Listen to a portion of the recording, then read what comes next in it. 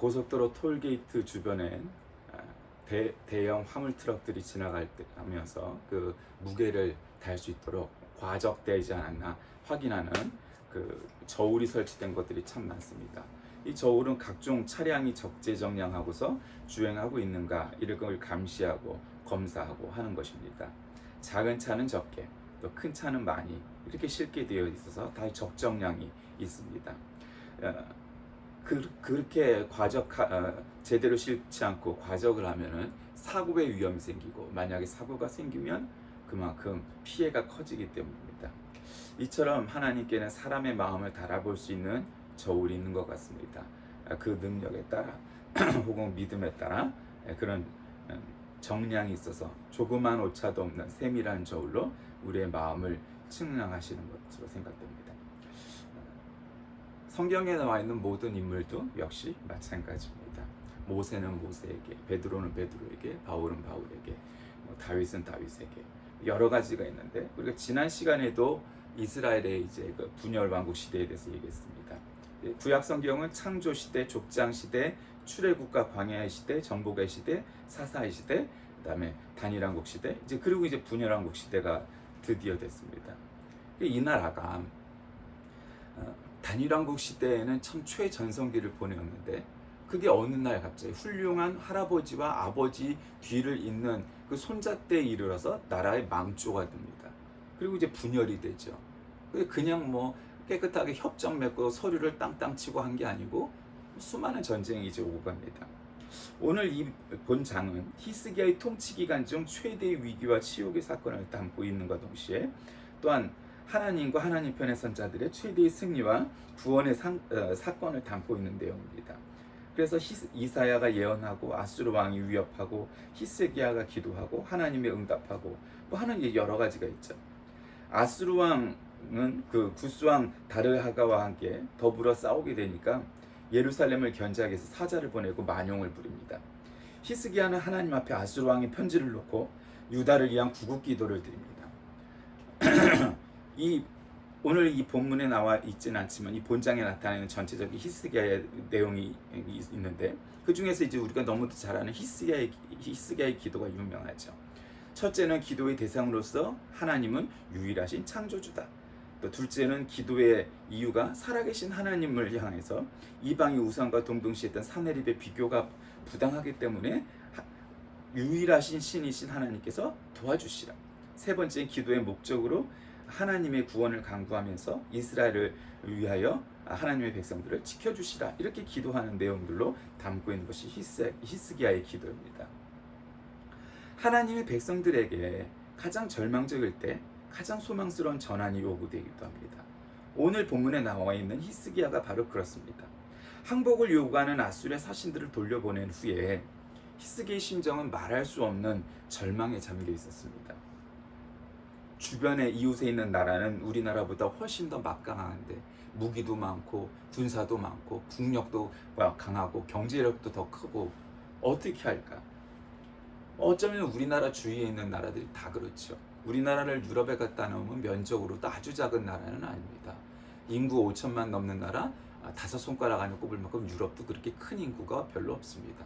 경제적으로 봐도 유럽에서 중위권 이상은 가죠. 그러니까 우리나라 주위에 중국, 러시아, 일본, 미국 세계 1, 2, 3, 4위가 다 있다 보니까 상대적으로 우리나라는 작아 보이고 왜소해 보입니다. 그러나 어쨌든 우리나라가 아무리 경제적으로나 국방적으로 강하다 할지라도 더 강한 나라들이 옆에 있다 보니까 쉽지 않은 거죠. 그냥 경제적으로 혹은 국방에서 또 여러 가지 측면에서 그 나라들을 걱정하고 대비하지 않으면 안 됩니다. 얼마 전에 띄웠던 로켓도 마찬가지죠. 로켓과 미사일은 사실 똑같은 거예요. 그 대륙간 탄도탄 ICBM이라는 거는 여기서 쏘면은 이 대기층을 뚫고 성층권에 올라갔다가 다시 대기권으로 들어와서 치는, 즉 여기서 먼 유럽이나 미국이나 호주나 이렇게 먼 아프리카나 이런 나라들까지도 칠 수 있는 미사일이 바로 이 로켓 ICBM입니다. 세계에서 7번째로 성공한 나라가 되었죠. 참 우리나라는 꾸준히 여러 가지 면에서 기술과 과학과 경제 국방과 뭐 여러 가지가 발전해 가는 것도 바로 그런 이유입니다. 히스기야는 아수르 사신들의 말을 듣고서 신하들처럼 자신의 옷을 찢어버리고 슬픔과 절망을 상징하는 굵은 베옷을 입고 하나님께 탄식하고자 성전으로 들어가 이제 기도하는 거죠. 아수르 사신을 만났던 자신의 신하들을 이사야 선지자에게 보냅니다. 그리고 기도를 요청한. 그때 이제 이사야가 희망의 소식을 예언하죠. 걱정하지 마십시오, 왕이시여. 이렇게 얘기하는 거죠. 아수르의 사신이었던 랍사게는 히스기야의 항복 소식만을 기다리고 있는데, 그러던 중 사네립이 라기스를 떠나서 림나에 있다는 소식을 듣고 랍사게가 그곳으로 갑니다. 그곳에서 사네립은 구스왕 디르하가와 접전을 벌이게 되는데, 사네립은 이사야의 예언, 즉 여호와께서 유다를 아수르로부터 구원하시리라는 말을 들었기 때문에 우리를 구원하실 것이다. 그러니 전쟁하지 말아라, 공격하지 말아라, 이런 내용을 전합니다. 사네립은 즉시 히스기야에게 편지를 보내죠. 어리석게도 하나님의 말을 믿지 말라고 한 사네립은 어느 민족 신도 아수르의 공격 앞에서 자기 민족을 구한 경우는 없었다, 이렇게 얘기하는 겁니다. 그러니까 히스기야는 사네립의 편지를 보자마자 성전에 올라가서 하나님께 기도를 하는 거죠. 먼저 하나님의 주권을 인정하는 기도를 드리고 하나님만이 유일하신 참신이시며 전지전능하신 창조주이심을 고백하고 아수르의 악행을 고발합니다. 아수르가 여호와를 무시하고 조롱하고 있다는 겁니다. 자신들의 그 공격력, 자신들의 그 힘을 어느 신도 막지 못하였다, 이렇게 이걸 고백을 하는 거죠. 그러니까 하나님은 이사야를 통해서 히스기야에게 그의 기도가 응답되었음을 알리십니다. 그래, 내가 너의 기도를 들어주마. 그래서 꼭 우리가 호국 보훈의 달인 6월뿐만 아니라 우리나라 역사의 면면을 보면 참 여태까지 이렇게 성장하고 발전했다는 것이 뭐 거의 기적일 만큼 대단한 역사를 이루고 있죠. 인정을 하든 안 하든 어떤 사람들은 한국의 교회가, 기독교가 민족의 해방을 위해서, 전쟁을 위해서, 또 발전을 위해서 큰 지지목이 되고 버팀목이 됐다는 것을 부인할 길이 없습니다. 하다못해 미국이 잉여 농산물 우리가 갖다 줄 때 그 밀가루도 교회들을 주로 통해서 분배했었기 때문이죠. 그리고 미국의 그런 지원 없이 이렇게 되기는 어려웠습니다. 물론 또 그것도 잘못 생각하면 안 되죠. 미국이 천사 같아서 우리를 돕는 것만은 아닙니다. 자유민주주의 체제를 위해서 독일도 그렇게 했고, 자유민주주의가 발전을 해야 공산주의하고 맞설 수 있기 때문에 그렇게 지원을 한 거죠. 다 이자도 받으면서. 그렇게 해서 나라를 이렇게 발전시켰습니다. 그럼에도 아직까지 우리나라 주변에는 너무도 세계 열강들이 자리 잡고 있으니까 아무리 발전했어도 이것이 전쟁이 나면 여태까지 모든 과정들이 전부 수포로 돌아갈 수밖에 없는 거죠. 전쟁 나오면 이건 뭐 까딱하면 그냥 폐허가 돼버리고 마는 것 아니겠습니까? 우리가 6.25 때 사진, 2차 대전 때, 또 월남전 때 뭐 사진들 한번 보세요. 그 전쟁의 후유증이 굉장히 오랜 동안 가는 걸 압니다. 특히 월남전 때 참전했던 용사들의 그 본인과 가족들은 그 후유증 때문에 얼마나 고생합니까? 그 고엽제라는 것이 풀을 갖다가 전부 없애려고 베트콩들이 숨어 있으니까 그 풀을 일시에 말라 죽이게 하는 독한 이 독성 있는 물질을 갖다가 뿌리면서 거기에 영향을 받아서 지금도 그 고엽제 때문에 본인들과 그 가족들이 많은 기형과 부작용과 뭐 암 이상으로 고통받아가면서 살아가는 것이 현실입니다. 월남전이 끝난 지가 오래됐어도 그렇죠. 또 사람을 잃고 가족을 잃고 하는 것이야 말할 필요가 있겠습니까? 하나님은 히스기야에게 아수르에 대한 심판 예언이 확실하다는 증표로 하나님의 징조를 보이시겠다고 약속하시죠. 그리고 예루살렘 사람들이 자연적으로 씨가 뿌려서 추수하는 동안 땅의 소출을 2년 동안 먹게 되고 3년째는 정상적으로 씨를 뿌리고 추수하게 되리라는 것이었습니다. 동시에 하나님은 유다 백성들 중 남은 자들이 마치 곡식이 뿌리를 받고 열매를 거두시 이 땅에서 안정과 번영을 누리게 될 거라고 말씀합니다. 지난주에도 그런 설교를 했지만 북이스라엘은 훨씬 더 큰 나라였습니다. 민족적으로, 지파적으로. 그런데 일시에 멸망하게 되고 유다가 끝까지 살아남게 되는 그런 일들이 벌어지게 되죠. 참 그래서 너무 그 비유를 좋아하고 뭐 그런 사람들이 북이스라엘은 빨리 망하고 남유다는 오래 살아남았다. 하나님을 잘 믿어서. 예, 그게 남한 북한에 적용을 해서 말하기도 합니다. 그러나 상황은 비슷하지만 경우는 다른 경우죠. 경우는 달라. 그러나 비슷하게 적용할 수 있는 부분이 있죠. 북한은 하나님을 믿으며 총살을 당해야 되는 나라죠. 남한은 아무리 문제가 많고 문제거리가 많은 교회들이어도 세계의 손을 꼽는 그런 발전한 교회가 되었죠. 그렇게 쉽사리 저어되지는 않아요. 왜냐하면 우리나라에도 그 많은 순교자들이 있었지 않습니까? 복음을 위하여, 복음을 지키기 위해 피를 뿌린 그런 순교자들의 피가 있기 때문에 오늘날까지 또 교회가 이렇게 지켜지는 것이라 생각합니다. 여러분, 지금 이스라엘 왕국이 최전성기 때 다윗과 솔로몬 시대에는 그 옆 나라들이 침입을 못했어요. 공격을. 왜냐하면 나라가 부강하니까. 그건 지금이나 옛날이나 마찬가지죠. 우리나라가 그렇게 일제히 침략을 받아서 35년 동안 식민 생활을 하고, 그리고 곧 이제 독립이 되어갖고 해방이 되어서 야 이제 우리나라를 회복했다 생각하고 있는데 또 갑자기 공산주의자들이 쳐들어와서 나라가 분열돼요. 이 분단이 70년이 넘도록 이루고 있는 거죠. 그러니 참 우리나라의 역사도 참 기구한 역사입니다. 평탄한 적이 별로 없었지만 이 근대에는 더욱 그랬죠. 왜 그랬어요? 우리가 조선 말기에 성리학에 그냥 집중을 해서 기술을 발전하고 경제 생활을 하는 것은 낮은 단계, 그것은 아주 구차한 것이라고 치부를 하고 그저 성리학 글깨나 읽는 것이 그것이 고귀한 것이다 하는 그런 주작 성리학에 기반을 했던 이 나라가 경제력, 국방력 이런 거는 관심을 안 두고 쓸데없는 관념적 논쟁을 벌임으로써 나라가 발전을 못했어요. 그래서 일본은 어쨌든 강제 개항이 돼서 유럽의 미국의 문물들을 받아들여서 빨리 발전을 했는데 우리나라는 그러지 못했던 것 아니었습니까? 이거 지금도 마찬가지입니다. 우리가 정신을 차리지 않으면 이 나라가 경제적으로 자꾸 후퇴하고 퇴보하고 이럴 수밖에 없는 거죠. 나라가 부강하면 주위에 어떤 이웃 국가가 있는가 그것을 두려워할 필요가 없죠. 그러나 우리나라가 힘이 없으면 늘 호시탐탐 우리나라를 노리는 나라들에 대해서 걱정을 해야만 합니다. 그리고 그 걱정이 모든 걸 해결해 주지도 않죠. 아수르에 대한 심판 예언이 있으는 어느 날 밤 여호와의 사자가 아수르 군대에서 그들의 병사 18만 5천 명을 순식간에 죽여버립니다. 18만 5천 명이 하룻밤 사이 죽게 되는 거죠.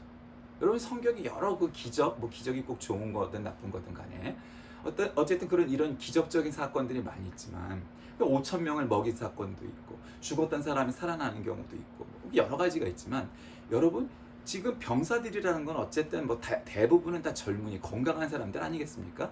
죽을 병 걸린 환자를 데리고 나온 건 아닐 거 아니에요? 그 건장한 청년들 18만 5천 명이 하룻밤 사이에 죽는 사건이 발생합니다. 도저히 이성적으로 설명할 수 없는 초자연적 사건이죠. 18명도 아니고요. 18만 5천 명. 사네립은 즉시 아수르의 수도인 니느웨로 갑니다. 니느웨에서 사네립은 자신의 민족 신인 니스록 신전에 들어가 경배하고 예배를 드리고 기도했습니다. 니스록 신은 반은 독수리고 반은 사람의 형상을 지닌 모습이었는데 사네립이 경배하고 있을 때 그 아들인 아드람멜렉과 사레셀이 와서 아버지인 사네립을 살해합니다. 그리고 아라랏 땅으로 도망을 가버리죠. 사네립은 니스록 신의 보호도 못 받고 비참하게 자신이 믿는다는 그 신전에서 그것도 아들들의 손에 의해서 죽는 최후를 맞이하게 됩니다. 아수르는 사네립을 계승해서 그의 아들인 에살핫돈이 왕위에 오르는 그런 비극을 맞이하게 됩니다. 전쟁도 못 해보고 하나님을 능멸한 사네립은 결국 이렇게 비참한 최후를 맞이하게 된 것입니다. 진실로 주께 간구하는 기도의 목적은 개인을 위한 것이기보단 먼저 그 나라와 그의 의를 구하는 것이다 라고 성경은 말씀합니다. 그리고 기도할 것은 이 나라와 이 결례를 위해서 기도하는 것이어야겠죠. 그리고 자신과 가족과 이런 기도 제목들을 하는 것. 그래야 기도의 응답을 빨리 받는다, 잘 받는다. 이렇게 기도의 대가들이 그렇게 늘 말씀들을 하죠. 하나님 나라를 위해서 그리고 이민족을 위해서 기도하는 것이 얼마나 중요한 것인가를 깨닫게 합니다. 여러분 지금 6.25 전쟁 이후에 오늘날까지 한국 경제가 한국 사회가 얼마나 꾸준히 발전을 해왔습니까? 어려움도 많았지만 잘 이겨나갔죠. 옛날에 비하면 지금은 비할 수도 없을 만큼 잘 사는 나라가 되었습니다. 그리고 경제적으로, 과학, 국방, 모든 면에서 문화적으로 우리나라를 존중을 하고 우리를 인정을 하고 그런 나라가 되었습니다. 이럴 때일수록 우리가 해야 할 것은 여태까지 해왔던 것에 박차를 가함과 동시에 무엇보다 우리가 하나님께서 우리나라를 이렇게 발전시키시고 지키시는 이유와 목적을 분명히 생각을 해야 합니다. 오늘 이 히스기야에게 하나님께서는 야, 너희 나라가 작고 너희의 군사력이 모자라고 너희 힘이 부족하고 그러니 너희들은 그냥 죽어야 돼, 져야 돼, 패배해야 돼, 이렇게 말씀하시지 않았죠. 너희들이 하나님을 의지하니 내가 너희를 지킬 것이다 말씀하십니다. 중요한 것은 그겁니다. 내가 얼마나 힘이 센가, 우리나라가 얼마나 부강하고 막강한가, 거기에 목숨을 걸었다가는 큰일 날 수 있는 것이죠. 그러니 오직 하나님께 의지하는 자가 되어야 합니다.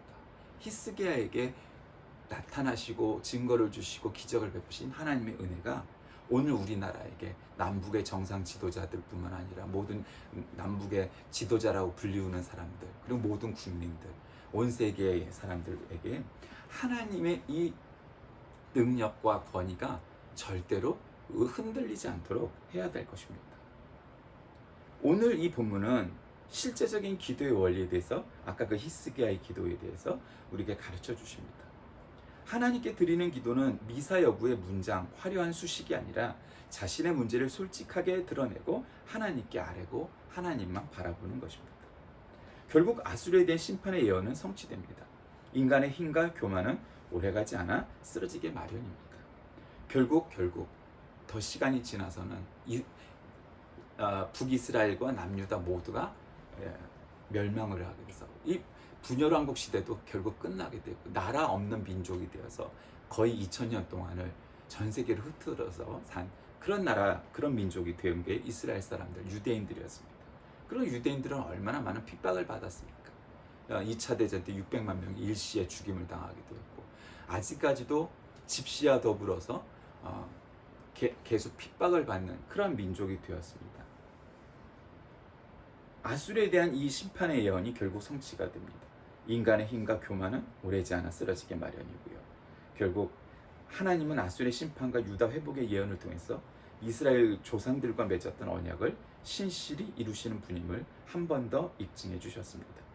이 언약이 영원토록 유효하기에 당신의 백성들을 반드시 보호하신다는 사실을 재차 확증해 주셨습니다.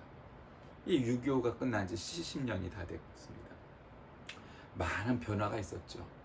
그때 당시에 1인당 GNP가 63불, 60년대 초반에 그랬다는데 지금은 3만 불 시대를 넘긴 지가 이제 좀 됐죠. 곧 4만 불이 올 겁니다. 얼마나 많은 차이가 있습니까? 아무것도 없는 폐허의 땅에서 높은 빌딩과 아파트가 숲을 이루고 공장이 돌아가고 하는 그런 나라가 되었죠.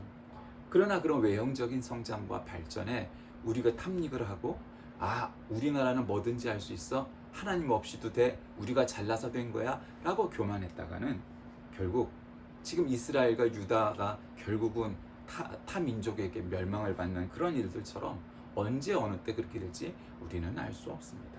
우리가 믿어야 될 것은 나 자신, 인간이 아니라 하나님뿐이심을 믿고 기도하고 살아갈 때 우리에게 닥쳐진 현존하는 여러 가지 걱정과 문제와 당면한 과제들을 잘 해결나갈 수 있게 될 것이고, 그것만이 유일한 해답인 것을 믿고 히스기야처럼 기도하는 저와 여러분이 다 되시길 주의 이름으로 간절히 기도합니다. 살아계신 하나님, 히스기야에게 제대로 응답해 주시고 기적을 보여주셨던 것처럼 이 나라 이 민족이 전쟁 후에 70년 동안 참 많은 발전을 이루게 하셨습니다. 이제 더욱더 이 나라가 더 많이 부강하고 더 많이 발전해야 되는 까닭은 세계에서 손에 꼽는 기독교회가 있는 그런 나라가 되었고, 세계에서 가장 많은 선교사를 배출하는 그런 나라가 되어야 하기 때문입니다. 하나님 이 나라를 지키셔서 그와 같은 일들 있게 하여 주옵소서. 예수님의 이름으로 간절히 기도드립니다.